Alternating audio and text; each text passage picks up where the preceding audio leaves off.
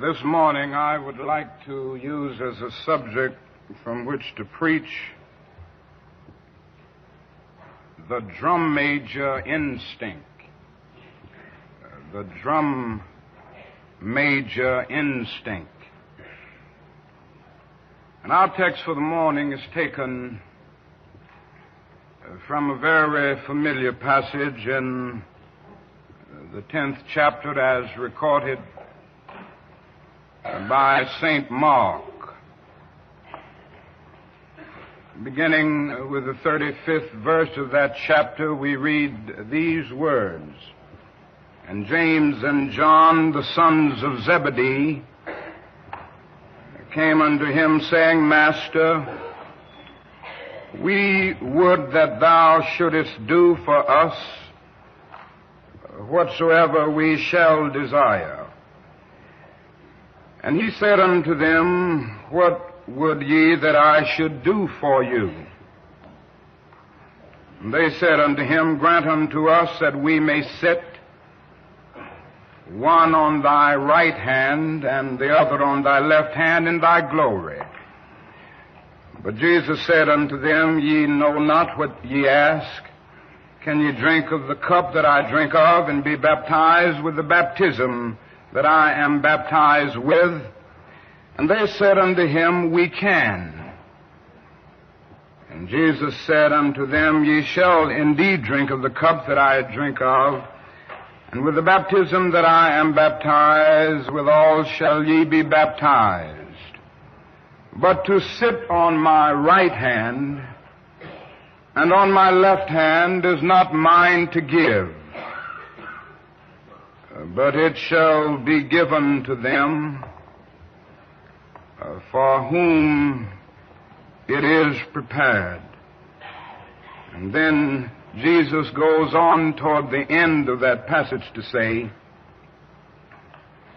But so shall it not be among you, but whosoever will be great among you shall be your servant, and whosoever of you will be the chiefest shall be servant of all. The setting is clear. James and John are making a specific request of the Master. They had dreamed, as most of the Hebrews dreamed, of a coming king of Israel who would set Jerusalem free and establish his kingdom on Mount Zion and in righteousness rule the world. And they thought of Jesus as this kind of king, and they were thinking of that day when Jesus would reign supreme as this new king of Israel. And they were saying, now, when you establish your kingdom, let one of us sit on the right hand and the other on the left hand of your throne. Now, very quickly, we would automatically condemn James and John, and we would say they were selfish. Why would they make such a selfish request? But before we condemn them too quickly, let us look calmly and honestly at ourselves, and we will discover that we too have those same basic desires for recognition, for importance, that same desire for attention, that same desire to be first. Of course, the other disciples got mad with James and John, and you can understand why, but we must understand that we have some of the same James and John qualities. And that is deep down within all of us an instinct. It's a kind of drum major instinct a desire to be out front, a desire to lead the parade, a desire to be first. And it is something that runs the whole gamut of life. And so before we condemn them, let us see that we all have the drum major instinct. We all want to be important, to surpass others, to achieve distinction, to lead the parade. Alfred Adler, the great psychoanalyst, contends that this is the dominant impulse. Sigmund Freud used to contend that sex was the dominant impulse, and Adler came with a new argument saying that this quest for recognition, this desire for attention, this desire for distinction is the basic impulse, the basic drive of human life, this drum major instinct. And you know, we began early to ask life to put us first. Our first cry as a baby was a bid for attention. And all through childhood, the drum major impulse or instinct is a major obsession. Children ask life to grant them first place. They are a little bundle of ego. They have innately the drum major impulse or the drum major instinct. Now, in adult life, we still have it, and we really never get by it. We like to do something good, and you know, we like to be praised for it. Now, if you don't believe that, you just go on living life, and you will discover very soon that you like to be praised. Everybody likes it, as a matter of fact. And somehow this warm glow we feel when we are praised or when our name is in print is something of the vitamin A to our ego. Nobody is unhappy when they are praised, even if they know they don't deserve it, and even if they don't believe it. The only unhappy people about praise is when that praise is going too much towards somebody else. But everybody likes to be praised because of this real drum major instinct. Now, the presence of the drum major instinct is why so many people are joiners. You know, there are some people who just join everything. And it's really a quest for attention and recognition and importance. And they get names that give them that impression. So you get your groups, and they become the grand patron. And the little fellow who is henpecked at home needs a chance to be the most worthy of the most worthy of something. It is the drum major impulse and longing that runs the gamut of human life. And so we see it everywhere, this quest for recognition, and we join things, overjoin really, that we think that we will find that recognition in. The presence of this instinct explains why we are so often taken by advertisers. You know, those gentlemen of massive verbal persuasion.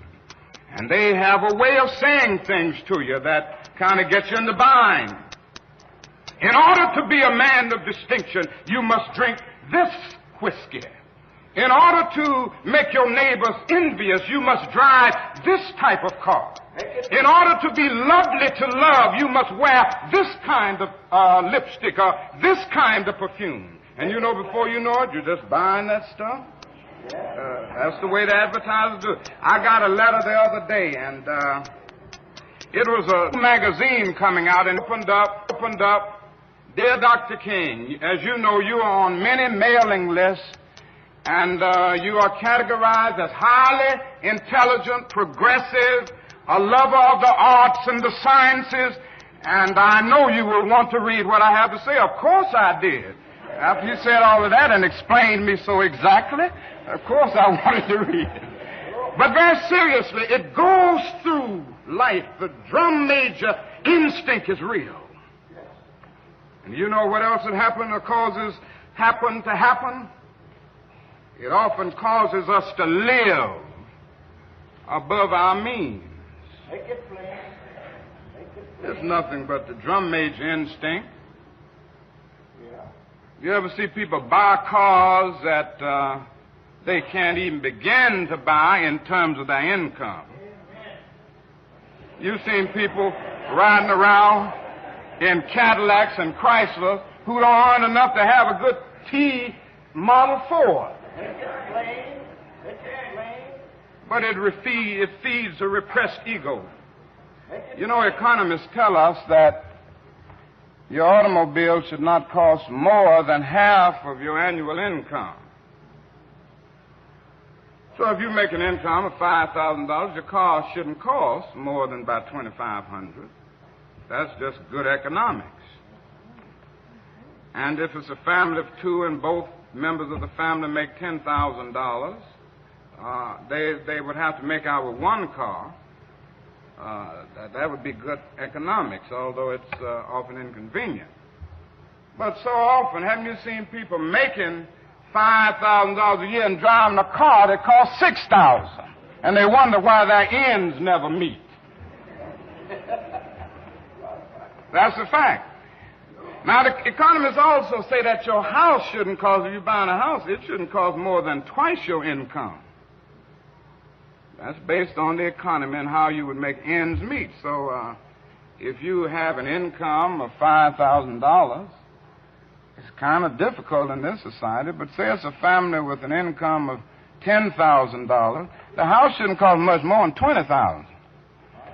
Well, I've seen folk making $10,000 living in $40,000 and $50,000 houses. And you know, they just barely make it. They get a check every month somewhere, and they owe all of that out before it comes in. Never have anything to put away for rainy days. But now the problem is, it is the drum major instinct. And you know, you see people over and over again with the drum major instinct taking them over, and they just live their lives trying to outdo the Jones.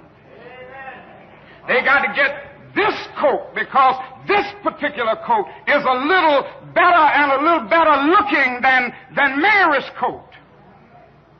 And I've got to drive this car because it's something about this car that makes my car a little better than my neighbor's car.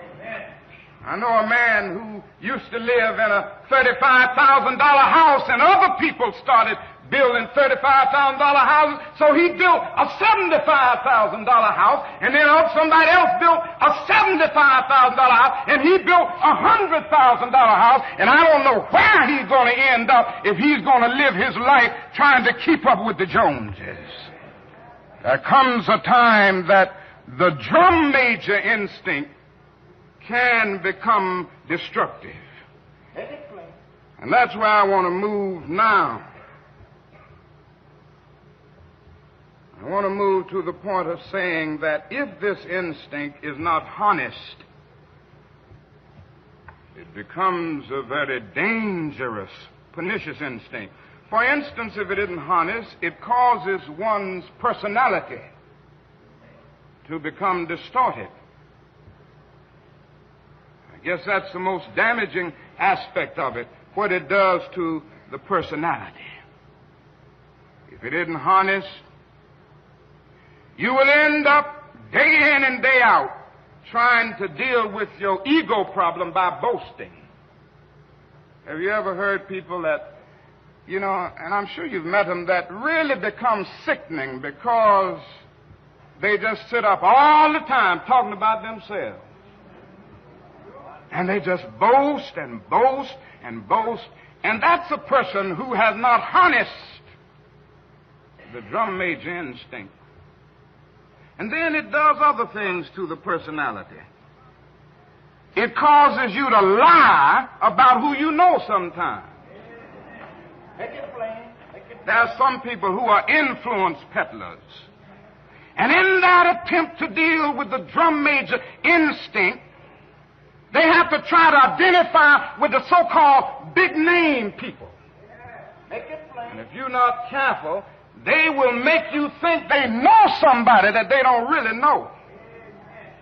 They know them well. They sip tea with them, and they this and that. That happens to people. And the other thing is that it causes one to engage ultimately in activities that are merely used to get attention. Criminologists tell us that some people are driven to crime because of this drum major instinct. They don't feel that they're getting enough attention through the normal channels of social behavior. And so they turn to antisocial behavior in order to get attention, in order to feel important. And so they get that gun, and before they know it, they rob the bank in a quest for recognition, in a quest for importance. And then the final great tragedy of the distorted personality is the fact that when one fails to harness this instinct, he ends up trying to push others down in order to push himself up. And whenever you do that, you engage in some of the most vicious activities. You will spread evil, vicious, lying gossip on people because you're trying to pull them down in order to push yourself up. Make it plain. The great issue of life is to harness the drum major instinct. Now, the other problem is, when you don't harness the drum major instinct, this uncontrolled aspect of it is that it leads to snobbish exclusivism. It leads to snobbish exclusivism. Make it plain. Now, you know, this is the danger of social clubs and fraternities. I'm in a fraternity. I'm in 2 or 3. For sororities and all of these. I'm not talking against them. I'm saying it's the danger. The danger is that they can become forces of classism and exclusivism, where somehow you get a degree of satisfaction because you are in something exclusive, and that's fulfilling something, you know. That I'm in this fraternity, and it's the best fraternity in the world, and everybody can't get in this fraternity. So it ends up, you know, a very exclusive kind of thing. And you know, that can happen with the church. I know churches get in that bind sometimes. Make it plain. I've been to churches, you know, and they say, we have so many doctors and so many school teachers and so many lawyers and so many businessmen in our church. And that's fine, because doctors need to go to church, and lawyers and businessmen, teachers, they ought to be in church. But they say that, even the preacher sometimes will go all through that. They say that as if the other people don't count. The church is the one place where the doctor ought to forget that he's a doctor. The church is the one place where the PhD ought to forget that he's a PhD. The church is the one place that the school teacher ought to forget the degree she has behind her name. The church is the one place where the lawyer ought to forget that he's a lawyer. And any church that violates the whosoever will let him come doctrine is a dead cold church, and nothing but a little culture with a thin veneer of religiosity. The church is true to its so it will let him come. Whosoever will let him come. And it does not suppose to satisfy the perverted uses of the drum major instinct. It's the one place where everybody should be the same, standing before a common master and savior. And a recognition grows out of this that all men are brothers because they are children of a common father. The instinct leads to exclusivism. in thinking, lead one feel, and can lead one to feel that because he has some training, he's a little better than that person who doesn't have it. Or because he has some economic security, that he's a little better than that person who doesn't have it. And that's the uncontrolled, perverted use of the drum major instinct. Now, the other thing is that it leads to tragic, and we've seen it happen so often, tragic race prejudice. This recording is briefly interrupted at this point. We see with our own eyes. In fact, not too long ago, a man down in Mississippi said that God was a charter member of the White Citizens Council. And so, God being the charter member means that everybody who's in that has a kind of divinity, a kind of superiority. And think of what has happened in history as a result of this perverted use of the drum major instinct. It's led to the most tragic prejudice, the most tragic expressions of man's inhumanity to man. The other day I was saying, I always try to do a little converting when I'm in jail. And when we were in jail in Birmingham the other day, the white wardens and all enjoyed coming around the cell to talk about the race problem. And they were showing us where we were so wrong demonstrating. And they were showing us where segregation was so right. And they were showing us where intermarriage was so wrong. So I would get to preaching, and we would get to talking calmly because they wanted to talk about it.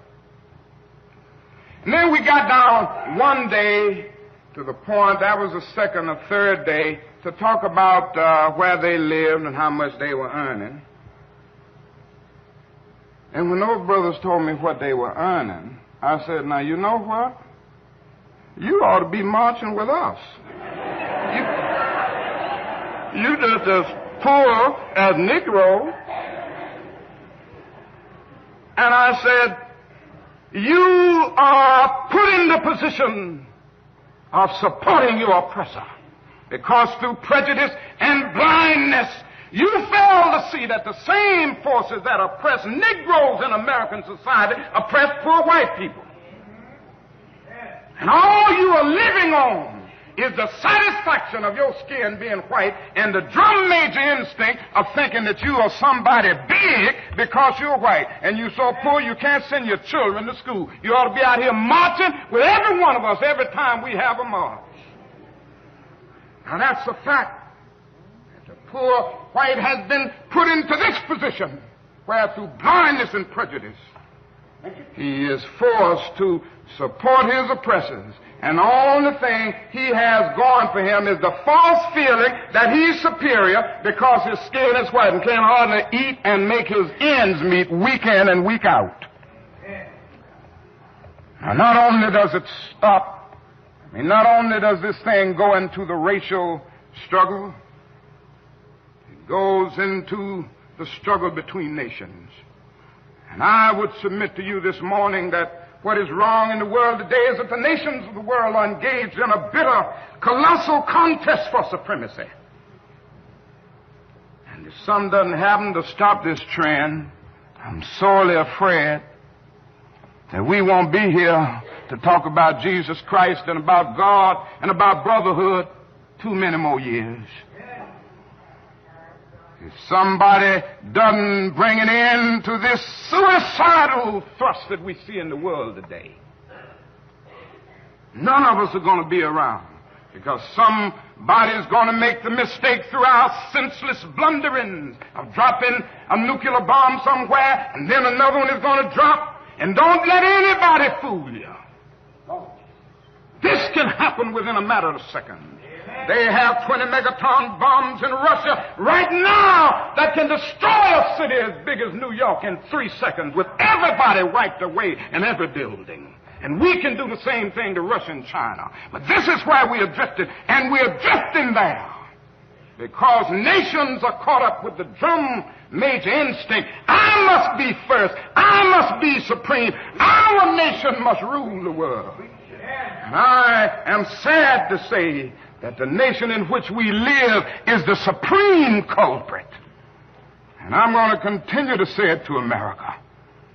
Because I love this country too much to see the drift that it has taken. God didn't call America to do what she's doing in the world now.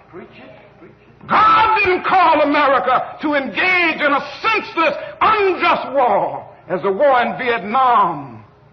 And we are criminals in that war. We've committed more war crimes almost than any nation in the world. And I'm going to continue to say it. And we won't stop it because of our pride and our arrogance as a nation. But God has a way of even putting nations in their place. The God that I worship has a way of saying, don't play with me. He has a way of saying, as the God of the Old Testament used to say, the Hebrews, don't play with me, Israel. Don't play with me, Babylon. Be still and know that I'm God. And if you don't stop your reckless course, I'll rise up and break the backbone of your power. And that can happen to America. Every now and then I go back and read Gibbon's Decline and Fall of the Roman Empire. And when I come and look at America, I say to myself, the parallels are frightening.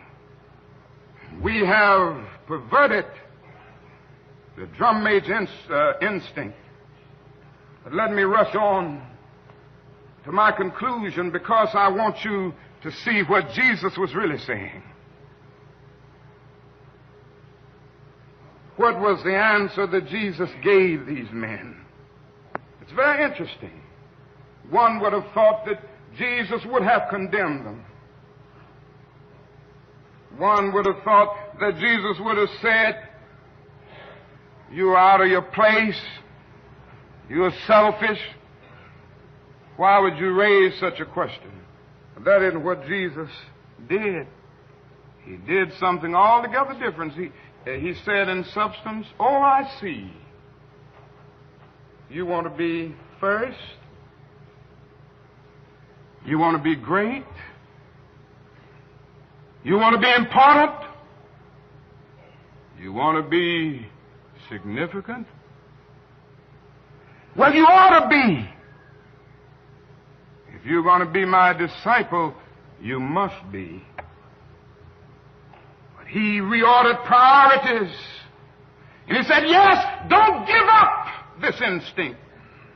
It's a good instinct if you use it right. Yes. It's a good instinct if you don't distort it and pervert it. Don't give it up. Keep feeling the need for being important. Keep feeling the need for being first. But I want you to be first in love. I want you to be first in moral excellence. I want you to be first in generosity. That is what I want you to do. And he transformed the situation by giving a new definition of greatness.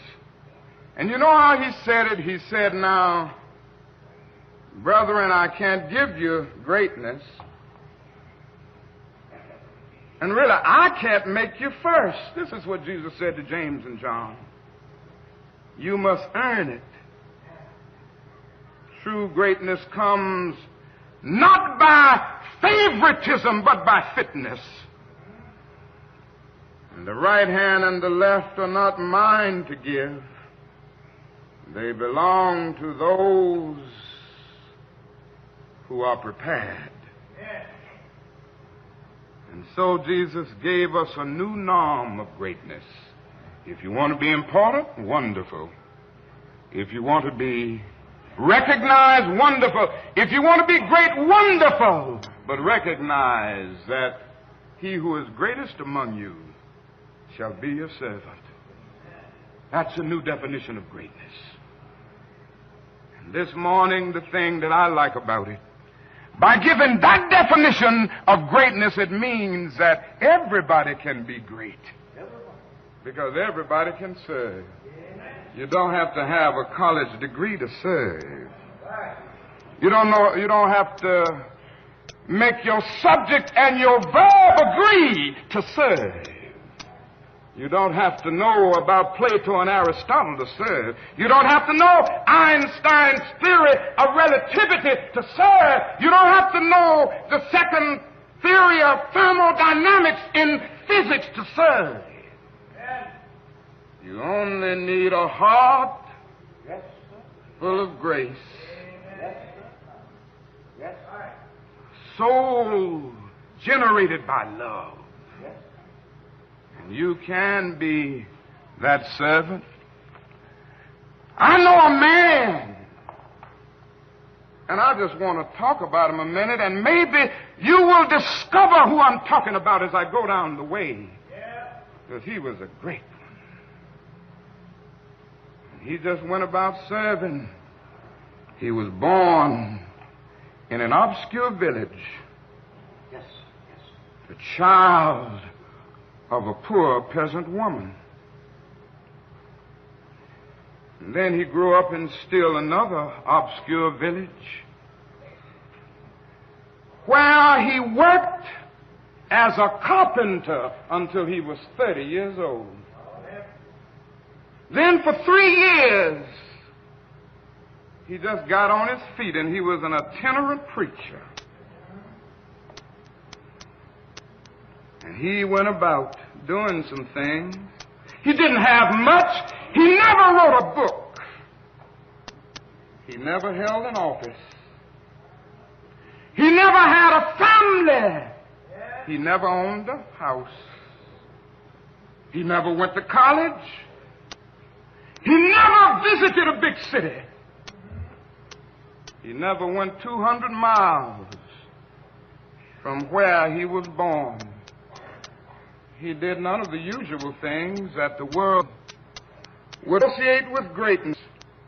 He had no credentials but himself. He was only ready when the tide of public opinion turned against him. They called him a rouser. They turned against him. They called him a rabble-rouser. They called him a troublemaker. They said he was an agitator. He practiced civil disobedience. He broke injunctions. And so he was turned over to his enemies and went through the mockery of a trial. And the irony of it all is that his friends turned him over to them. One of his closest friends denied him. Another of his friends turned him over to his enemies. And while he was dying, the people who killed him gambled for his clothing, the only possession that he had in the world. When he was dead, he was buried in a borrowed tomb through the pity of a friend. 19 centuries have come and gone. Today, he stands as the most influential figure that ever entered human history. All the armies that ever marched, all the navies that ever sailed, all parts that ever all kings that ever reigned together, not affected the life of men put together, have not affected the life of man on this earth as much as that one solitary life. His name may be a familiar one, but today I can hear him talking about him. Every now and then somebody says he's King of Kings. And again I can hear somebody saying he's Lord of Lords. Somewhere else I can hear somebody saying, in Christ there is no east nor west. And then they go on and talk about in him there's no north and south, but one great fellowship of love throughout the whole wide world. He didn't have anything. He just went around serving and doing good. This morning, you can be on his right hand and his left hand if you serve. It's the only way in. Every now and then, I guess all think realistically about that day when we will be victimized with what is life's final common denominator. That's something that we call death. We all think about it, and every now and then I think about my own death, and I think about my own funeral, and I don't think of it in a morbid sense. And every now and then I ask myself, what is it that I would want said? And I leave the word to you this morning. If any of you are around when I have to meet my day, I don't want a long funeral. And if you get somebody to deliver the eulogy, tell them not to talk too long. And every now and then I wonder what I want them to say. Tell them not to mention that I have a Nobel Peace Prize. That isn't important. Tell them not to mention that I have 300 or 400 other awards. That's not important. Tell them not to mention where I went to school. I'd like somebody to mention that day that Martin Luther King Jr. tried to give his life serving others. I'd like for somebody to say that day that Martin Luther King Jr. tried to love somebody. I want you to say that day that I tried to be right on the war question. I want you to be able to say that day that I did try to feed the hungry. I want you to be able to say that day that I did try in my life to clothe those who were naked. I want you to say on that day that I did try in my life to visit those who were in prison. I want you to say that I tried to love and serve humanity. Yes, if you want to say that I was a drum major, say that I was a drum major for justice. Say that I was a drum major for peace. I was a drum major for righteousness. And all of the other shallow things will not matter. I won't have any money to leave behind. I won't have the fine and luxurious things of life to leave behind. But I just want to leave a committed life behind. And that's all I want to say. If I can help somebody as I pass along, if I can cheer somebody with a word of song, if I can show somebody he's traveling wrong, then my living will not be in vain. If I can do my duty as a Christian ought, if I can bring salvation to a world once wrought, if I can spread the message as the Master taught, then my living will not be in vain. Yes, Jesus, I want to be on your right or your left side. Not for any selfish reason. I want to be on your right or your left side, not in terms of some political kingdom or ambition, but I just want to be there in love and in justice and in truth and in commitment to others so that we can make of this old world a new world.